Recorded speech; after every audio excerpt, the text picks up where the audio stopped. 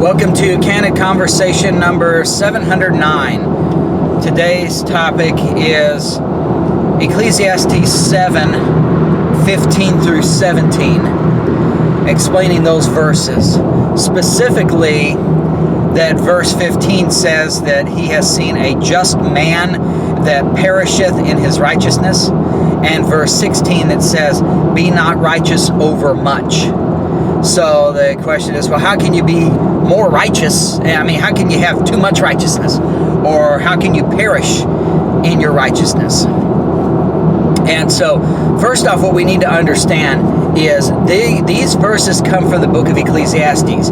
You've got to get the context when you're in Ecclesiastes. The context is everything under the sun. We're talking about using worldly wisdom to come to your conclusions.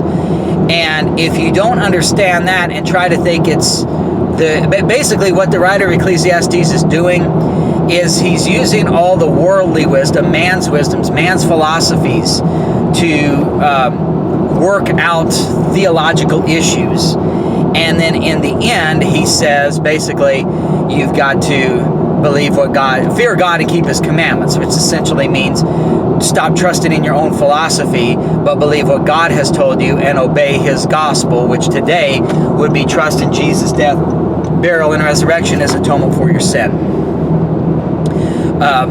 And for the people in Ecclesiastes, it would trust in God to save you rather than your own works. So that is the context. You can't just take a verse out of Ecclesiastes and says, thus saith the Lord, let's follow this. Because you can get into trouble doing that, because that's not what it is. It's worldly wisdom, man's philosophies, man's wisdom used to show how vain it is. That's why Ecclesiastes says a couple of times, vanity of vanities, all is vanity. You know, when it comes to the things of the world, vanity of vanities, all is vanity. That's not a reference to God and his wisdom. That's a reference to the things of this world. Everything in the Lord is wise. It's good. There's nothing empty. It's all everlasting, eternal. Your labor is not in vain in the Lord, Paul says. So when you understand that, then you can understand these verses. Because I had Jehovah's Witnesses come over one time, and they're trying to tell me that there is a hell, but if you end up going to hell, you don't suffer down there. You're not conscious. You're unconscious in hell. You're just dead. It's like you're in the grave and you don't feel anything. So there really is no punishment in hell. And they used a verse in Ecclesiastes to try to demonstrate that. And I showed them, well, look at the context and read these verses, and what it's showing is it's referring to the dead don't know what's going on. If you're in hell, you don't know what's going on the earth. That's what it's talking about. It doesn't mean you don't know what's going on in hell, because you can see that from Luke 16, Revelation 14, 9 through 11. It says the smoke of their torment ascended up forever and ever, and they have no rest day nor night who take the mark or worship the image of the beast. They're in torment in hell. Luke 16, the rich man says, get Lazarus to dip the tip of his finger in some cool water and cool my tongue, for I'm tormented in the flame. You don't hear him say, well, I don't know what's going on. I'm just taking a dirt nap. Yeah. So, but they take something in Ecclesiastes to try to say there is no torment in hell. So my point is, you got to be careful when reading Ecclesiastes and understand the context that we're talking about man's philosophies and man's wisdom. So, when we're looking at Ecclesiastes 7:15 through 17, that's what we're talking about. So in that context now, let me read the verses. All things have I seen in the days of my vanity. Okay, there you go. Right there it tells you.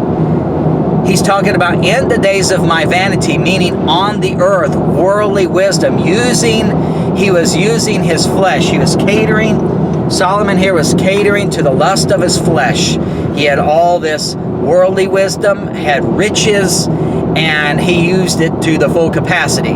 And that's what he calls the days of his vanity, because those things are going to pass away. They're empty. In the scheme of things, in eternity, they don't last. But the things of God, that's what lasts, which is why he concludes the book with fear God and keep his commandments. So Ecclesiastes 7:15 starts with, all things have I seen in the days of my vanity. There is a just man that perisheth in his righteousness. Okay, understand that.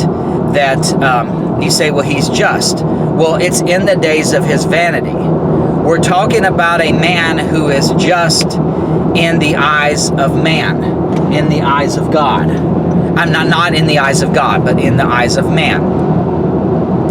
Why? Because he has his own righteousness. So people like Billy Graham, Joel Osteen, T.D. Jakes, Joyce Meyer, these are people who, if you ask the world, people following man's wisdom, man's philosophy, are those people righteous? They would say yes. Usually they would, because they're using the standards of man. They're using man's wisdom, and so that's his righteousness. But Isaiah 64 and verse 6 says that all of our righteousnesses are as filthy rags. All of our own righteousnesses are as filthy rags. Romans 3 says, there is none righteous, no, not one. So we know from those verses that no matter how righteous I am to the world or using man's wisdom, if I'm not using the things of God and God's wisdom, then I'm not righteous in God's eyes. So when he says here in Ecclesiastes 7:15 that there is a just man that perisheth in his righteousness, the key there is it's not God's righteousness, it's the man's righteousness.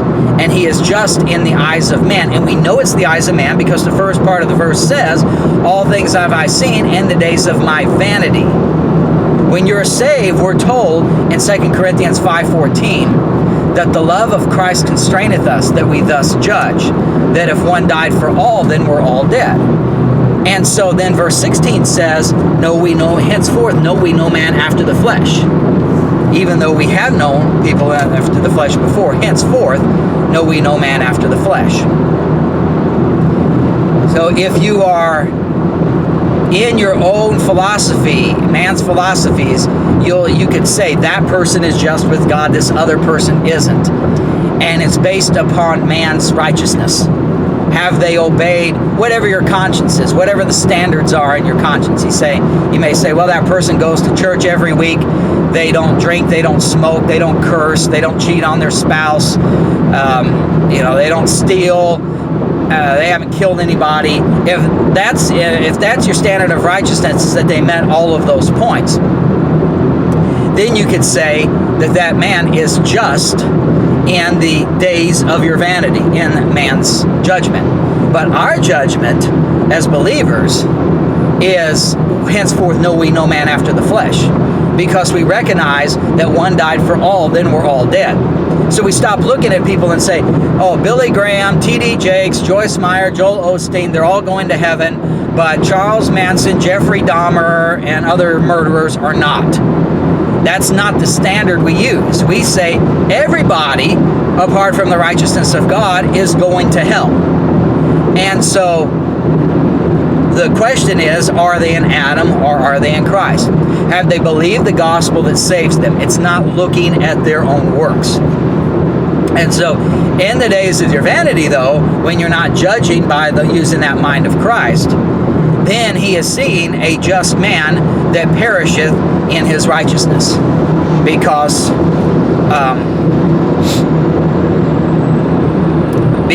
he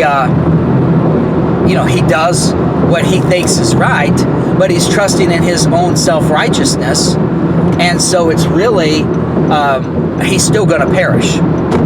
John 3:16 says, for God so loved the world, he gave his only begotten Son, that whosoever believeth in him should not perish, but have everlasting life. So I believe the gospel that God has told me, then I don't perish, I have everlasting life. If I don't believe that gospel, then I perish. And so here's a man who is just in the eyes of man, using man's wisdom and man's philosophies. So he has man's righteousness, but he perishes because he doesn't have God's righteousness. He perishes in his righteousness. Then the next part of Ecclesiastes 7:15 says, and there is a wicked man that prolongeth his life in his wickedness. Now, again, that doesn't tell you that he perished. But what it does is it shows that he did wicked things, and as a result, he ended up living longer. And you can see that today, because Satan is the god of this world. And so if you go along with wickedness, evil, the policy of evil that is controlling this world, well, then you're going to end up doing well in this world. And also, if all you're concerned about is the things of this world, then you're more likely to take care of yourself. I mean, look at my wife, Lana. She didn't perish, but she passed on to glory when she was 53 because she wasn't concerned about having to get treatment for the COVID and wasn't concerned about living a long life because she knew when she died, her life really began. Her eternity, she'll be in heaven and be with God. To be with Christ is far better than to continue on this life. So she wasn't concerned with things that would prolong her life, and so she ended up dying early. But if she was an unbeliever, she probably would have taken the vaccines right away. She got COVID, she'd be getting all these treatments and everything because she doesn't have hope in eternity. And you notice that's what the world is doing. The average lifespan, at least before COVID, was close to 80. And when I was a child, it was 70. So they've increased the average lifespan of man by 10 years. Why? Because man is spending all the money on drugs and treatments and things to try to prolong life on this earth and not caring about the spiritual life. So that's how the wicked prolong their life, going with the policy of evil and prospering, and also being concerned about living longer on this life, on this earth. So that's why it says, there is a wicked man that prolongeth his life in his wickedness. So he continues in wickedness, but he continues to live a little longer. And you notice the wording, notice it very carefully, that the man who is righteous, I need to adjust this camera, it keeps moving. Okay, there's a righteous man in Ecclesiastes 7, or just man in Ecclesiastes 7:15, but because he's just in his own man's philosophies, man's wisdom, then he perishes. Now the wicked man, it doesn't say he has life by continuing in his wickedness. It just says he prolongeth his life. So his life ends because he's an unbeliever. His life ends with when his physical body dies. He ends up spending eternity in hell. And so what he does is, instead of living 70 years, he lives 80 years. That's all it's saying. So when you look at, and that verse there, Ecclesiastes 7:15, is telling you that really, whether you are righteous in the world or you're wicked in the world, you're still going to perish. And if you use man's wisdom to try to say, I'm going to be right with God, because that's what Ecclesiastes is about, trying to use man's wisdom, philosophies to be right with God, then you notice that it doesn't work. Because even the man who tries really hard to obey the things in this life perishes because he doesn't have God's righteousness. And then the man who is wicked actually does better in this life. He prolongs his life. So then you get the next verse then, in verse 16. So what's the conclusion of that? Well, the conclusion, verse 16, be not righteous over much, neither make thyself over wise. Why shouldest thou destroy thyself? Because the person in verse 15, if you're using your own righteousness or your own wickedness, then you are still going to perish. But the wicked person is going to live a little longer on this life because he's concerned about the things of this life. So, but either way, it's not a good thing, because either way, you're going to end up burning forever in a lake of fire. And so what you need to do then is look for the solution. You need to have God to save you. But the problem is, the people who are over righteous, again, not that you can say you have too much righteousness, but you're just trying to, in your own flesh, trying to get to God. Just sort of like what you see with the Pharisees. they did all these things. They wore the phylacteries, the box up here, the word of God on their arms. They had the long robes with the garments, the borders of their garments and everything, to where everybody thinks they're a priest. When they fast, they put ashes on their face, so everybody thinks, oh, these are good people. But the problem is, if you're so involved in religion and trying to look good to others and trying to work your way to heaven, an easy, guilty conscience that way, if that's what you're consumed with, then the problem is that you will never believe the gospel. So I go present the gospel to you, and you'll say, well, I don't need that, because look at this. I've been going to this church for 50 years. I've been giving tithes. I've been, I avoid all the deadly sins. I do, or if you're a Catholic, you take the Eucharist every week. You confess to a priest. You're doing all these works that man says you have to do. And so then when the gospel is presented, you say, well, I don't need that, because I'm already saved. That's the case of being righteous over much. If I'm just, and then the flip side, either make thyself over wise. What that means, making yourself over wise, is using the philosophies of this world to substantiate your sin so that you won't go to hell. And that's what we see today. It's interesting, when I was growing up, it was a big emphasis on going to church and being a good person, following the moral laws of the conscience. And that is the situation of being righteous over much. But now today, we're largely an atheistic nation now. We don't believe God and His Word. We don't follow that. And instead, we've got our own philosophy. So people say, God did not create the world. It was just a Big Bang Theory. So there is no God in their minds. So we got rid of Him. So now we can use wisdom to try to overcome our conscience, because Romans 1:19 and 20 says that everybody knows there's a God.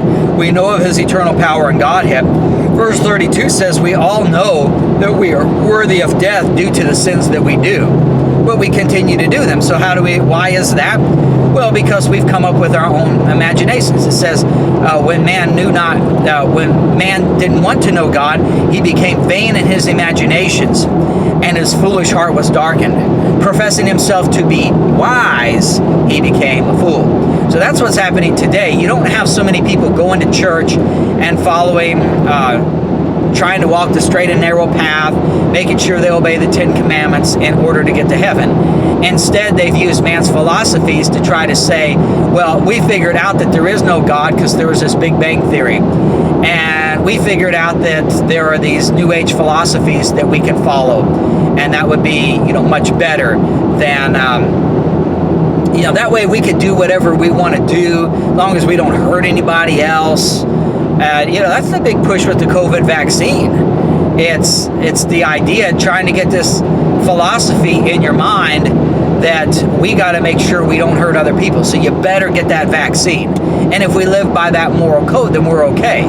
So it's okay if we have sex with multiple partners, or we profane God's name, or we have a homosexual lifestyle, or all these other things, as long as we're not so-called hurting somebody else, because the values aren't spiritual anymore, they're material. And the material is all there is. And so they end up having wisdom or science. Science is so-called knowledge. 1 Timothy 6:20, Paul tells Timothy to be aware of oppositions of science, falsely so-called. So it's called science, it's called wisdom, but in God's mind, it's false science. It's not real. It's not true wisdom. It's the wisdom of man, not the wisdom of God. So when it says, neither make thyself over wise. So really, the people that you're not going to be able to reach with the gospel are the over-righteous or the over-religious, who are trying to do everything they can to walk the straight and narrow. Because you present the gospel, they say, well, no, I'm already going to heaven. And then the other people you can't reach are the other end of the spectrum, the people who believe, they say, well, there is no God, there is no evolution. When we die, there's nothing, so I'm just going to live for the here and now. So when Adam ate of the tree, it was the tree of the knowledge of good and evil. And those who are over-righteous are using their knowledge of good to try to work their way to heaven. And the other people at the other end of the spectrum are trying to use their knowledge of evil to do whatever they want in the flesh and not give any spiritual considerations. And so these are the two groups that you're never going to reach with the gospel. Because the churchgoer says, I'm already going to heaven. And the wicked, evil person says, there is no God, there is no heaven. All it is the here and now. So those are the people you can't reach. So that's why verse 16, Ecclesiastes 7:16, when it says, be not righteous over much, neither make thyself over wise, why shouldest thou destroy thyself? If you get too far in the knowledge of good and follow religion, you'll never believe the gospel. If you get too far in wicked or evil and believe there is no God, or there is no heaven or no afterlife, or the afterlife is just following their rules, well then you're over wise in the wisdom of the world. And the result, whether you're over righteous or over wise, the result is you are going to destroy yourself because you'll never believe the gospel. So then you're never saved.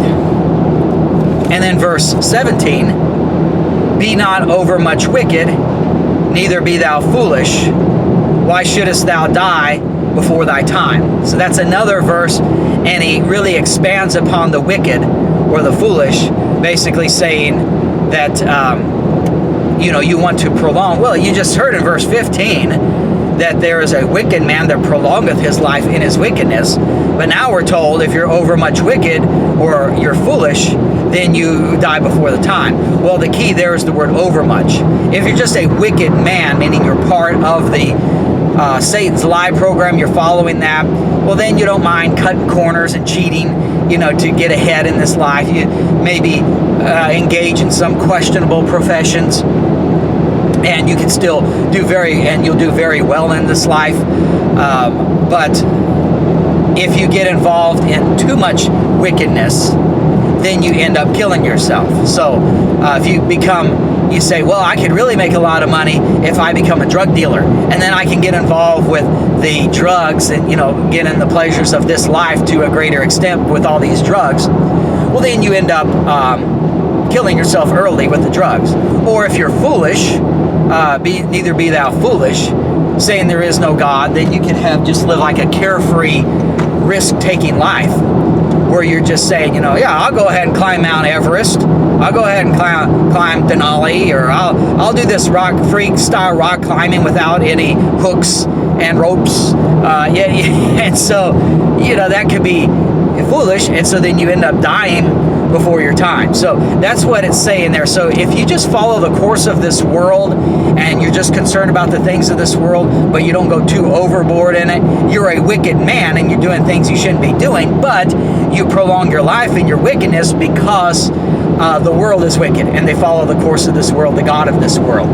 But if you're over much wicked, you get too much involved in that, well then you end up taking all these drugs, or you just follow the things of this life, so you just, like Jeffrey Dahmer, become a murderer and a cannibal and a homosexual, you do all those things. Well, then you're going to end up dying before your time. Or if you're foolish, you just say, I'm not, the laws of physics don't apply to me, and then you go and do freestyle rock climbing, you fall off the cliff. So that's what that verse means. So in summary, basically, be not righteous over much. Well, how can you have too much righteousness? Well, it's basically just saying man's righteousness, because you got to go back to verse 15.